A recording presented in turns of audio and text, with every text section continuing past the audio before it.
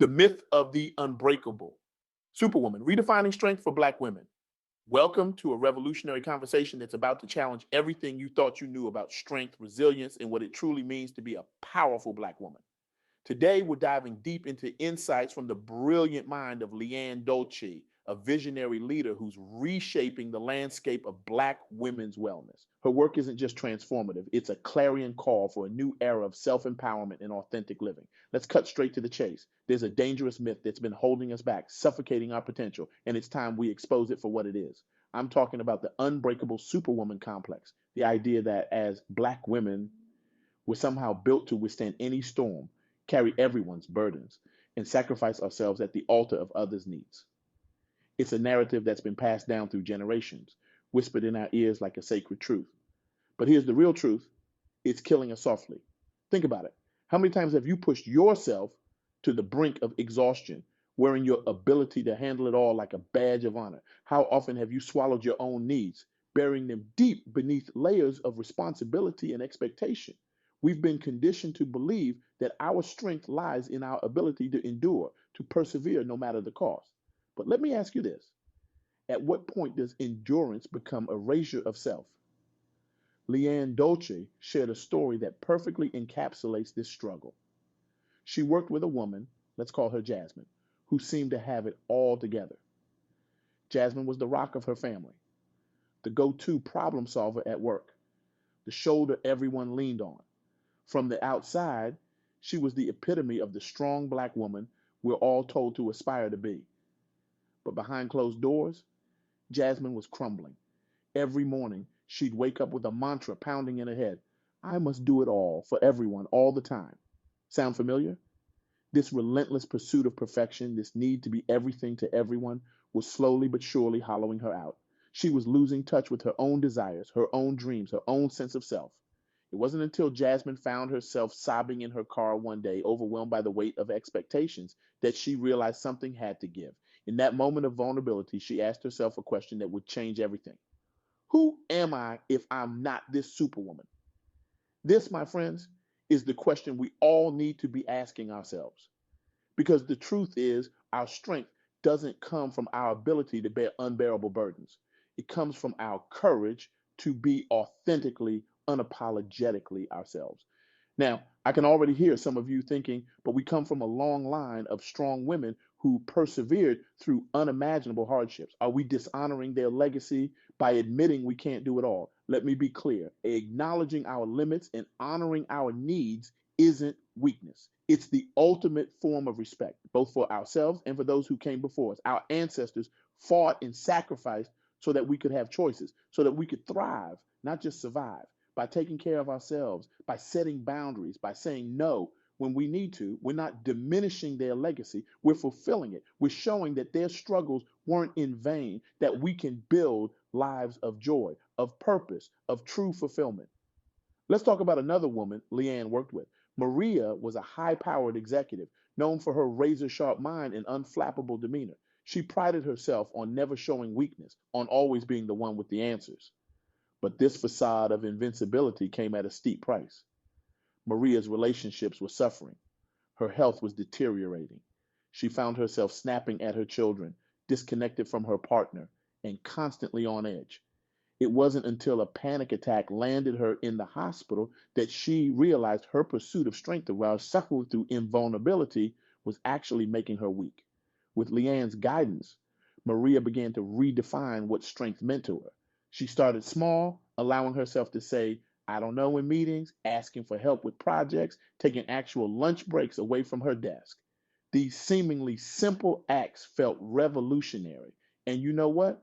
Her team didn't lose respect for her. If anything, they became more engaged, more supportive. By showing her humanity, she created space for others to do the same. This is the power of vulnerability. It's not about being weak or incapable. It's about being real, being human. It's about creating connections and fostering understanding. When we allow ourselves to be vulnerable, we give others permission to do the same.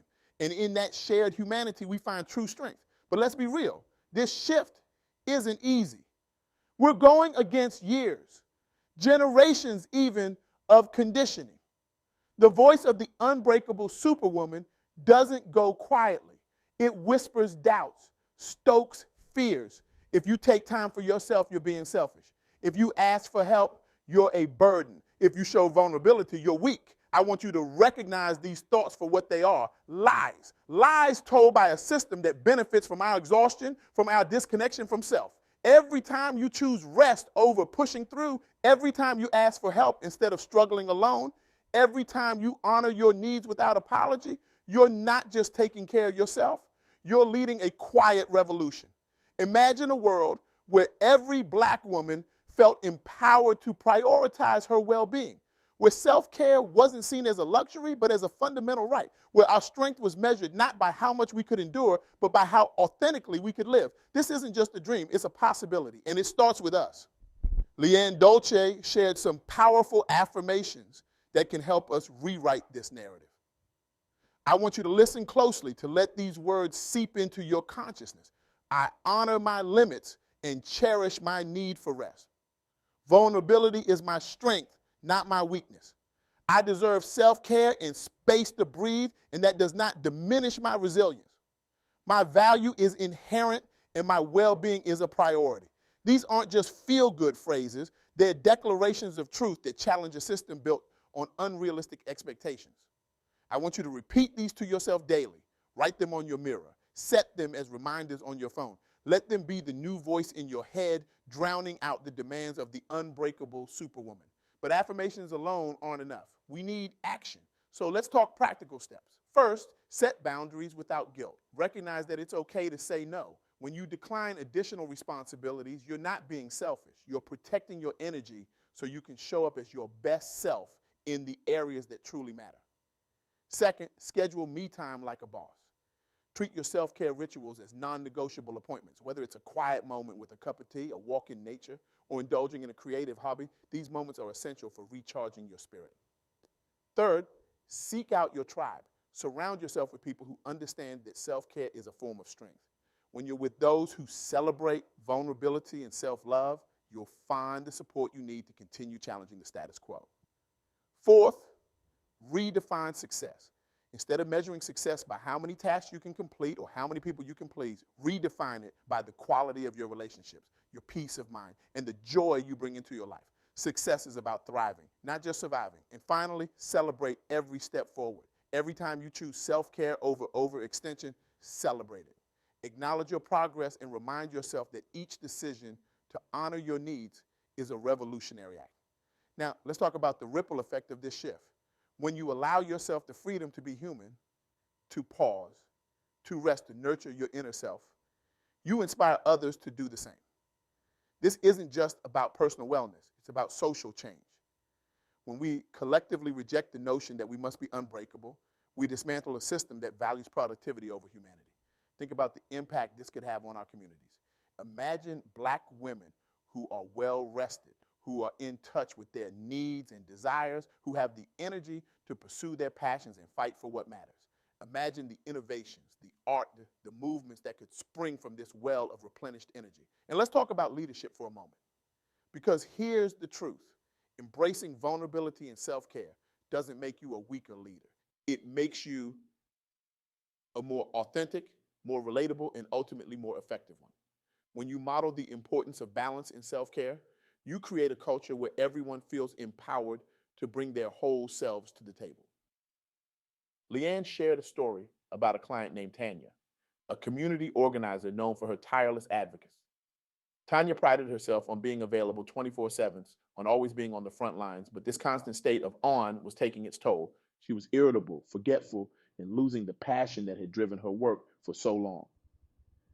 It wasn't until Tanya started prioritizing her own well-being, setting office hours, delegating tasks, taking actual vacations, that she saw a shift. Not only did her own energy and creativity soar, but her team became more engaged and self-sufficient. By taking care of herself, she empowered others to step up and share the load. The result, a more sustainable, more effective movement. This is the power of redefining strength. It's not about doing it all yourself. It's about creating systems and communities that support collective well-being and success. Now, I can already hear some of you saying, but what about all the responsibilities I have?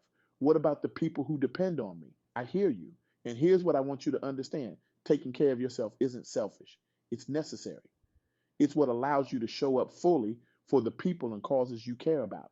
Think about it like this. You are the instrument through which you serve others. If that instrument is out of tune, if it's damaged or depleted, how effective can it really be? Taking care of yourself is how you keep your instrument in peak condition to play the beautiful music of your life's purpose. So here's my challenge to you. For the next week, I want you to commit to one act of self care every single day. It doesn't have to be big. Maybe it's taking a 10-minute walk during your lunch break.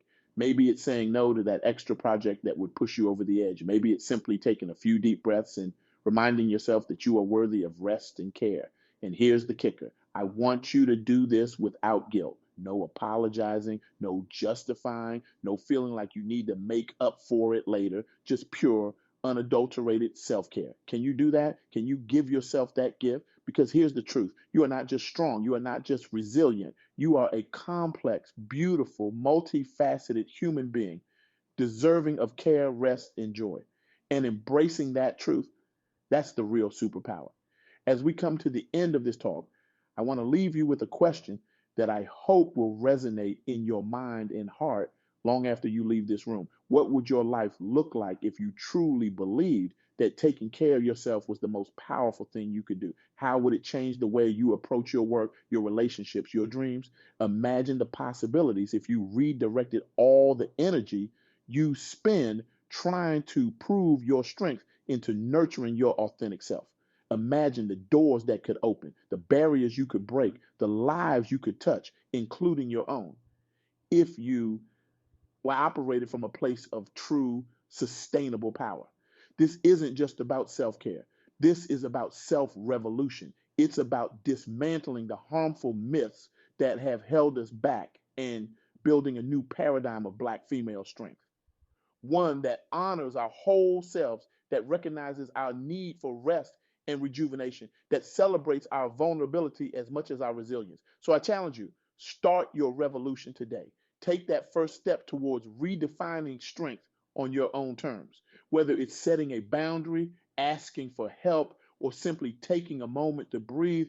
Do something today that honors your humanity. And as you do, remember this: every time you choose yourself, you're not just changing your own life, you're changing the world. You're showing every Black woman out there that it's okay to prioritize herself, that it's possible to be both strong and soft, that true power comes from honoring all aspects of who we are. You are not unbreakable.